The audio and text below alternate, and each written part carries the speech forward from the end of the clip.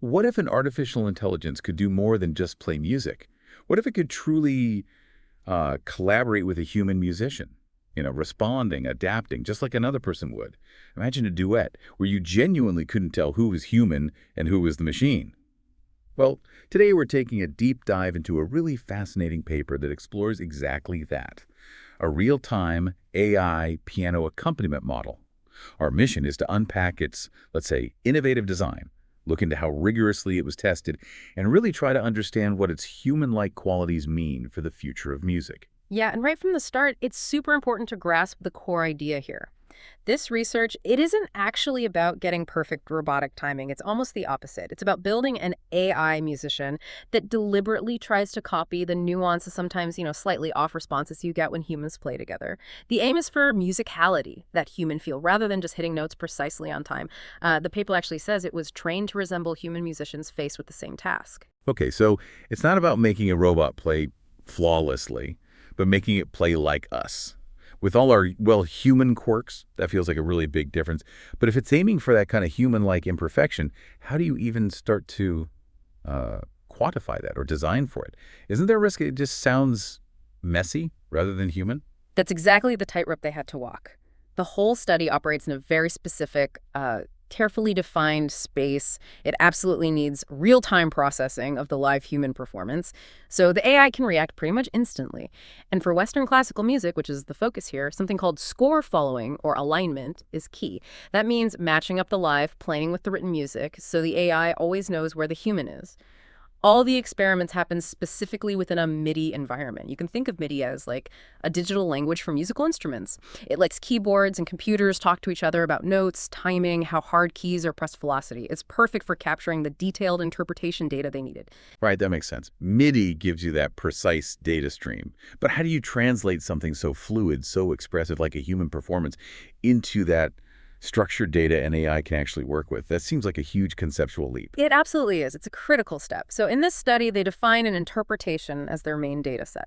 First, the musical score itself is represented as basically an ordered list of events. Each note is like type, note number, score position. So type is just note on or note off. Note number is the MIDI pitch. And score position tells you exactly where it is in the piece, measured in beats. Then, for each event, in an actual performance, they added more info. Index, type, note number, score position, time, velocity. Here, time is the real-world clock time the note was played, and velocity captures the dynamics, how hard the key was struck. The structured approach allowed them to do really precise, quantitative analysis of every single performance. Okay, let's get into the nuts and bolts then. How does this AI actually do the anticipating and responding with that kind of human touch? What's the clever bit of engineering making it happen in real time? Right. Well, it comes down to some really quite elegant modeling, actually. The rhythmic heart of the AI is based on an adapted Kuromoto model. Now, this model is inspired by how synchronization happens in nature. Think fireflies flashing together, or even just how people tend to sync up when they tap along to a beat. It uses 3 coupled oscillators. You can imagine them as little internal clocks, omega 1, omega 2, and omega 3, omega 1, omega 2, omega 3, 3. The movement of that third oscillator, omega 3, is extrapolated, projected forward to predict the timing of future musical events. This prediction is the core of its human-like prediction protocol. So imagine it working like this. First, the model makes a guess about when the next notes should happen. Second, the notes it expects to play based on that prediction are queued up, ready to go. But here's the really crucial dynamic part. The instant new timing information comes in from the human player. So it's listening. Exactly. It immediately makes a new prediction, and the whole queue adjusts on the fly. So it's like constantly listening, adjusting its expectations, and recalibrating its next move in, milliseconds? It sounds almost like a human musician's feel for when the beat shifts slightly. That's a great way to put it, yeah. Yeah. This means notes that have already been played aren't repeated. Notes that, according to the new prediction, should have already happened are played immediately. And all the other notes waiting in the queue get their timings updated. This constant adaptation incorporates a specific reaction time parameter, $2. And this was carefully tuned to about 0.1 seconds based on studying how quickly humans typically react in musical contexts.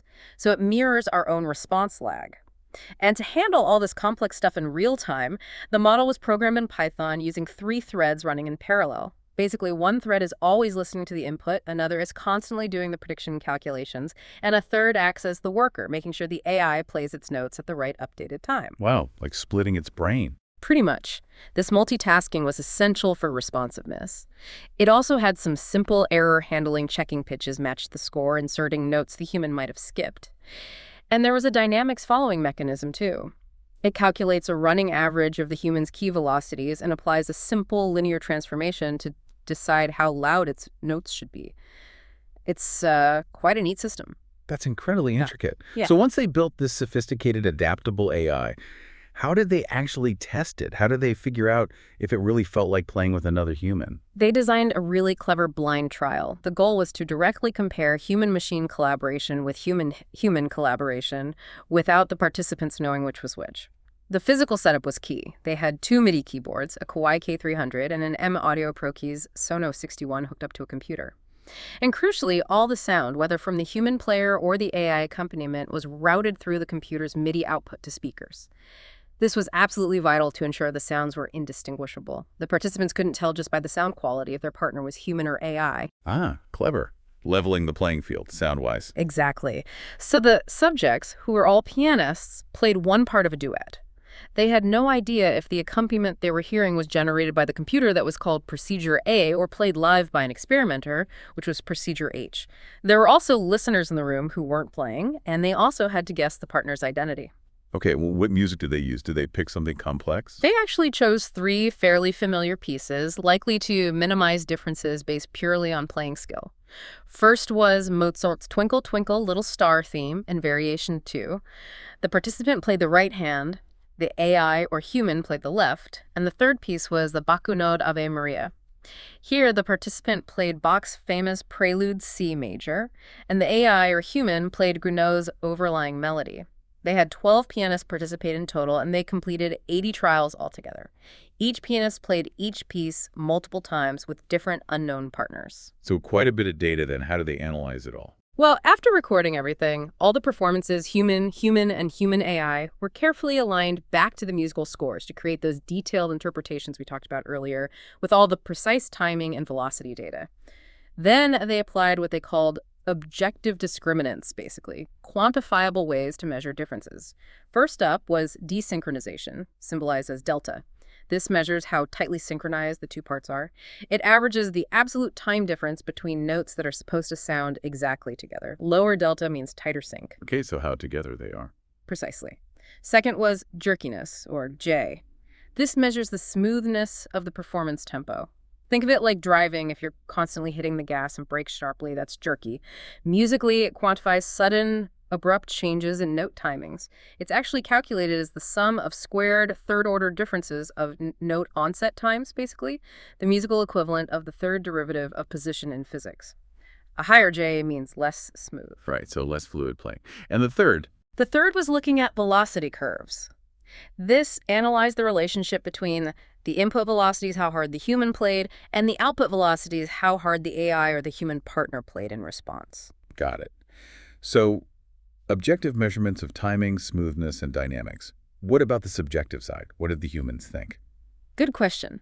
Beyond the numbers, they gathered subjective feedback. Both the pianist playing and the listeners were asked to guess. Was my partner human or machine? They also had to rate how confident they were in their guess. And importantly, they were asked to give reasons for their guesses. This often brought up things like noticing the subtle sounds of key clicks from the other keyboard only when a human was playing, or picking up on missing or wrong notes because, well, only the human partners made actual playing mistakes. Okay, so with all that data, objective and subjective, crunched, what did the numbers actually reveal? How did the AI really stack up against a human partner on those objective metrics? Any surprises? Oh, definitely some surprises. What's really fascinating, maybe even counterintuitive, is that for desynchronization, the AI model was, on average, slightly less desynchronized, meaning slightly tighter than the human partners across all 3 pieces. Wait, really? Less desynchronized? But wasn't the goal to be human-like, not perfectly robotic? Exactly. It's surprising finding, especially given that explicit goal. It suggests that even when trying to mimic human tendencies, the AI's underlying computational nature might still lead to a slightly higher degree of precision in timing synchronization than typical human variability allows. The desynchronization was highest for both humans and AI in the pieces like the Mozart theme, which have less explicit rhythmic information tying the parts together, offering more room for interpretation, you could say. Okay. That's really interesting. What about the jerkiness? Did the AI sound smoother or more abrupt? Regarding jerkiness, the computer accompaniment was generally jerkier for the first two pieces, the Mozart ones. This kind of fits the stereotype of machine playing, sometimes sounding a bit abrupt. However, for piece 3, that Baku node Ave Maria, which has those long flowing notes in the melody part played by the AI human, the model actually performed similarly to, or in some cases less jerkily than, the human partners. And this finding about piece 3 being less jerky actually correlates really interestingly with the subjective results, which we'll get to in a moment. And the velocity curves. How did the dynamics compare? The velocity curves showed what the paper calls an obvious difference. The way human players adjusted their dynamics in response to their partner was much more complex and less direct than the AI's simple, linear, running average approach. Humans are just less predictable in how loudness relates between parts. So some clear objective differences, especially in dynamics, but also some surprises like the AI being more synchronized and sometimes smoother. Okay, so how did the actual humans perceive all this? Did they pick up on the AI despite these nuances? Well, this is where it gets really compelling.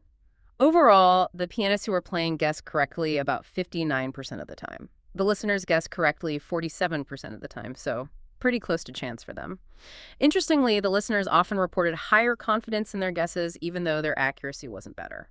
But what about piece 3? You said the objective results were different there. Exactly.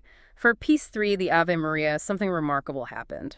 Both groups, players and listeners, performed significantly worse than chance at identifying the partner.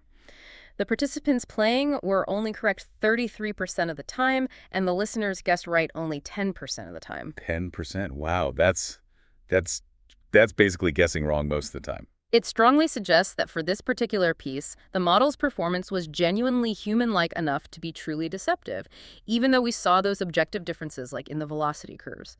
The researchers themselves even noted subjectively that the AI's performance on piece 3 did not sound mechanical. So what clues did people use when they did guess correctly? Well, as mentioned, they sometimes relied on non-musical cues, like hearing the physical key noises only when a human partner was present.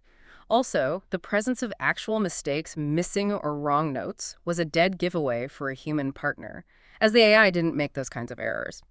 Another factor was a slight but noticeable lag, both input and output lag, sometimes up to around 0.11 seconds. Some participants felt this made the interaction feel a bit slowed down, which they sometimes attributed, rightly or wrongly, to the computer. And the choice of music mattered too, right? Yes, the paper suggests that the style of piece 3, with its more recitative-like accompaniment, the Bach prelude part played by the human, might just be relatively easier for an AI to imitate convincingly compared to music requiring tighter, more intricate rhythmic interplay. And here's maybe the biggest puzzle. Remember that obvious difference in the velocity curves. How the AI handled dynamics was objectively quite different from humans. Apparently, according to the subjective results, that difference did not have a bearing on the subjective evaluation. People didn't seem to notice or care about that specific difference when judging if the partner was human or not, especially in piece 3. So a technically imperfect imitation of human dynamics didn't break the illusion of musicality. It seems not, at least in this context. It really makes you question which objective parameters are truly crucial for our perception of human-like musicality.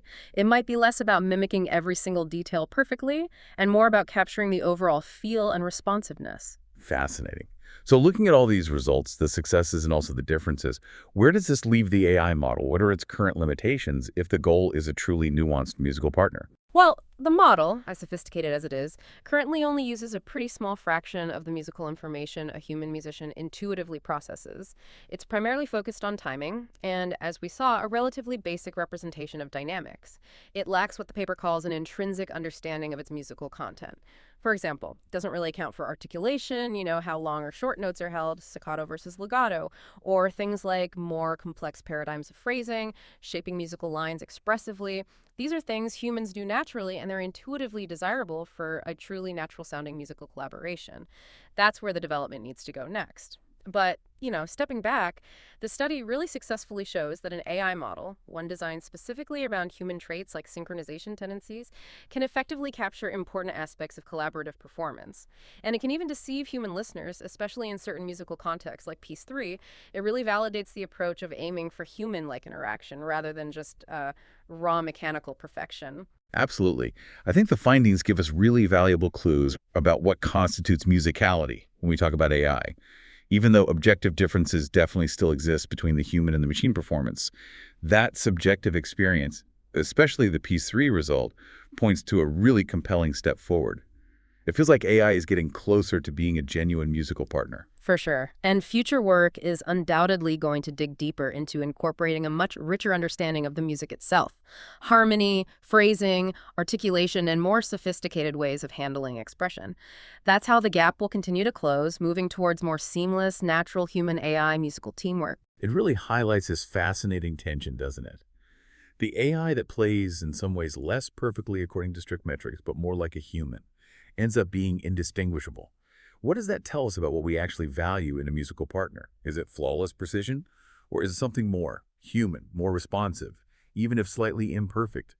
And as we look ahead, you have to consider if an AI can collaborate this convincingly on a classical piece with a clear score, how might this kind of technology influence other genres? Think about jazz improvisation, or maybe live electronic music, where there isn't always a fixed score to follow. What new kinds of musical expression could emerge when humans and AI can really connect on that deeper, more intuitive, collaborative level? Lots to think about. Until next time, keep exploring, keep questioning, and keep deep diving into the fascinating world around us.